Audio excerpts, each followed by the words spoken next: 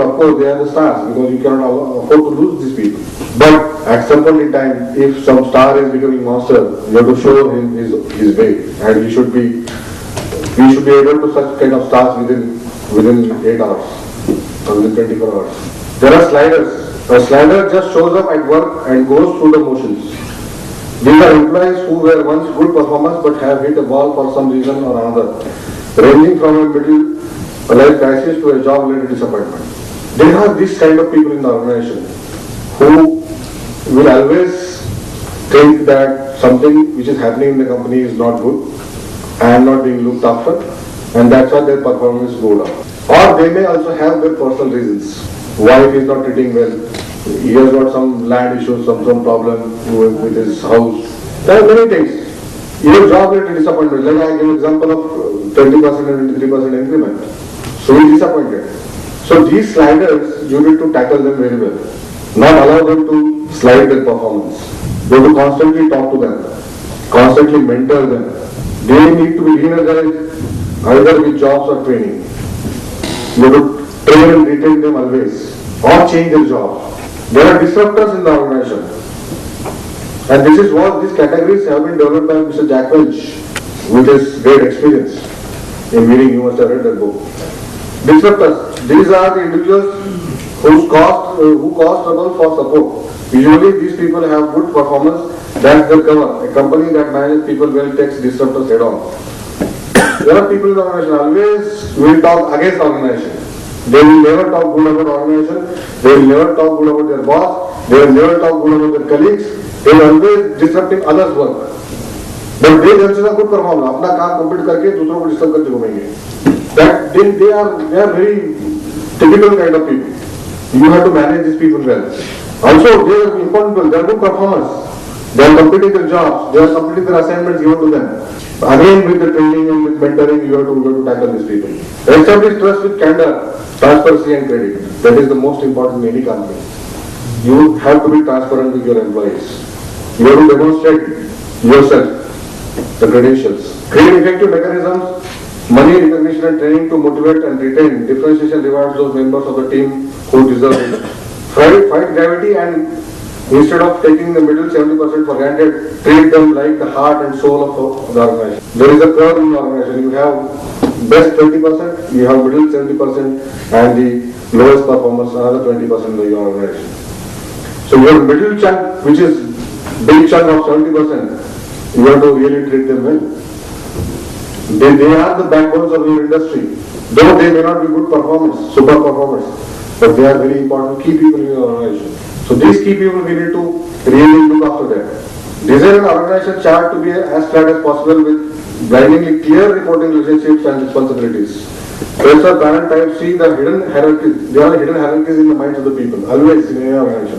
I have a boss with me with whom I do not have good relationship. But I have marketing head who I have good relationship with him. Hidden hierarchy, he is treating marketing head as his direct boss and not the HR head as his direct boss. So this hidden hierarchy you have to find. So if this is talented person, if you need this talent to retain with your organization, you should have good relationship with your marketing head. Because you know he is going to listen to marketing head and not you directly. So find the hidden hierarchies in the minds of the people in the organization. This is the invisible organization chart. This is always called an invisible organization chart. This exists in every company. How do we do it? Building positive employee relation culture, engagement, employee engagement. People should have belief in the organization. They should trust the organization with which I am working is the right one. Desire to work to make things better. Understanding of business context and the bigger picture. They should look for the bigger picture. Where my organization heading?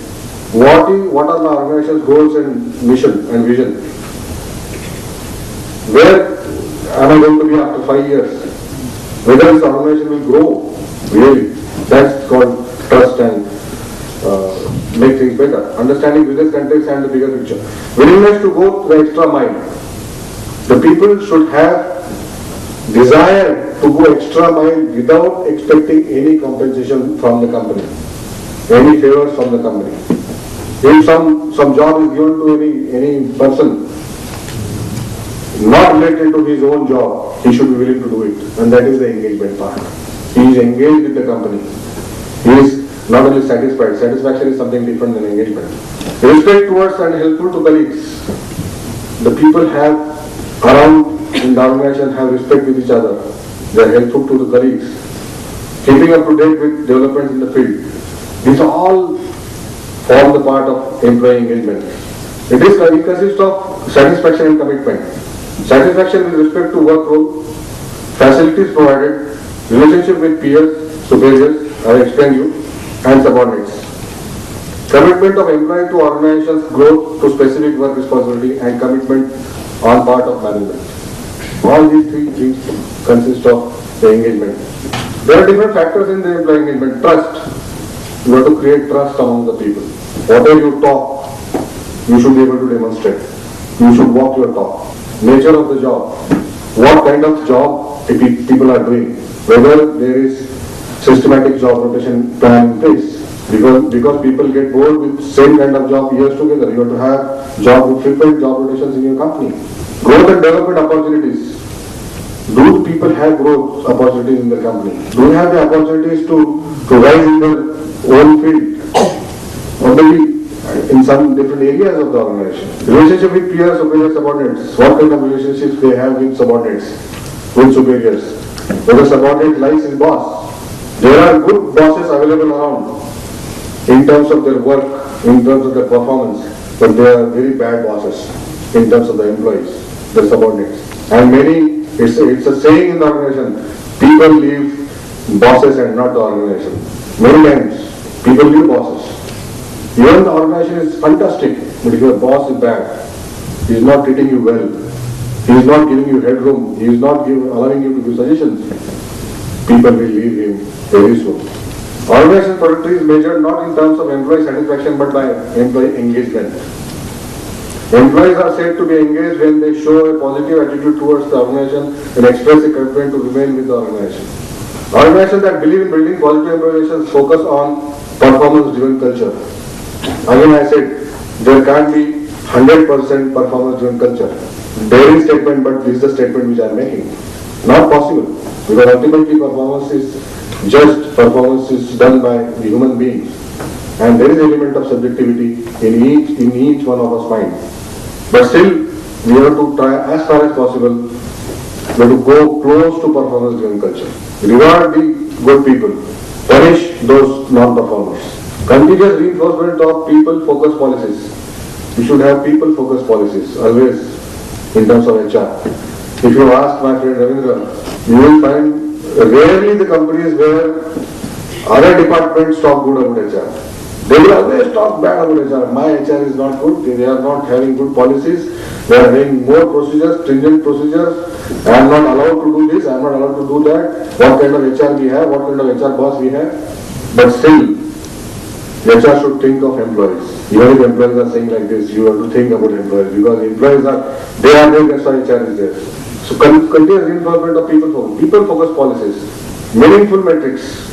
They measure the factors that are essential to the organization's performance, because so much of the organization performance is dependent on people.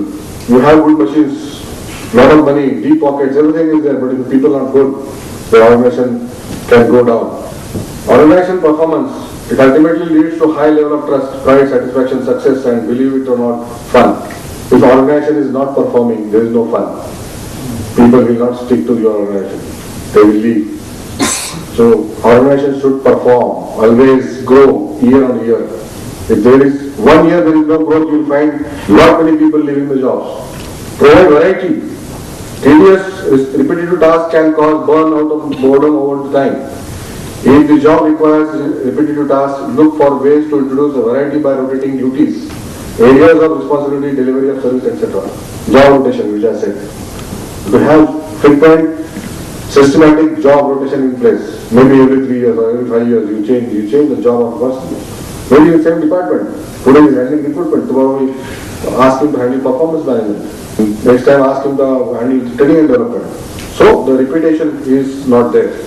The employee should be placed right according to their liking and core competencies. What competencies the person has. Whether he is a good communicator, whether he is a good trainer, whether he has got good analytical ability. Try to find and give him the job suitable to his liking. Get to know employees' interests, goals, stressors, etc. Show an interest in their well-being and do what it takes, enable them to feel more fulfilled and better balanced in work and life. Work-life balance, very important. If people have to work 12 hours, 14 hours, 18 hours a day, and they are not having time to see their families, to see the well-being of their families, people will again leave. They will not stick to the organization. To have a better balance, work-life balance. Celebrate individual, team and organizational success. Always have celebration culture in the organization. Some small celebration, okay. Birthday, celebrate. In our organization, we have the practice. At least department-wide, not the company-wide, but each department has got the culture of celebrating birthday in his own department. We bring the cake, we cut the cake, give him bouquet, little snacks, we celebrate. So small moments, small success. If somebody is doing something and he is achieving success, celebrate that success. Catch employee doing something right and say thank you, as I just used your saying. Catch the employees when he is doing something good, not when something is doing bad. Catch that also, but don't punish him in front of others. That is the most demotivation thing which will happen. You have to reward in public, but punish in private. That is the policy we should have. Be consistent in your support for engagement initiatives. If you start one and then drop it, your efforts may backfire. Arambha shuru roko. You should have consistency in your practices, your procedures. If you are celebrating birthdays, celebrate this every year. एक year celebrate किया, दूसरे year नहीं किया, will not help. Respect for employees, which you are just again the same clipping I will refer. I think I am running out of time. I'll just keep some of the work-life balance I have already spoken. There are some companies doing different things for employee engagement, flexible working hours. In my parent company there in Europe, they have to work 46 hours in a week. So they can work at a stretch 46 hours and take another 3 days off. Or they can come at 10 o'clock, go in the evening 10 o'clock, work 12 hours for that day. Likewise. So flexible working hours. So the people have flexibility. They can have the work-life balance better. Job sharing. This is one of the initiatives which many companies are taking. Share the job between the people. Participative management. Allow people to participate in decision making. For example, last week we had our HR strategy for next 5 years. How we should have, what HR strategy we should have. And we conducted a workshop in Lavasa city. We went out, we involved all the head of the departments and second line. Not only head of the department, their second line also. To discuss. Because there are many things people discuss with the lower subordinate than the topmost boss. And you come to know many things from the second line people. So we involved these people into making HR strategy. We conducted a whole day workshop and prepared our HR strategy for the next 5 years. Participative management. Work from home options. Maybe particularly for ladies, it works very well. Development programs, wellness. Work-life balance does not mean an equal balance. No. It should have proper balance. There is no perfect one-size-fits-all. Balance you should be striving for. People should get time to look after their family matters, family issues. That's the only balance we should look for. Communication. Communicate openly and clearly about what's expected of employees. If communication is not proper, again for this communication, I will give you one slide. What is expected of them?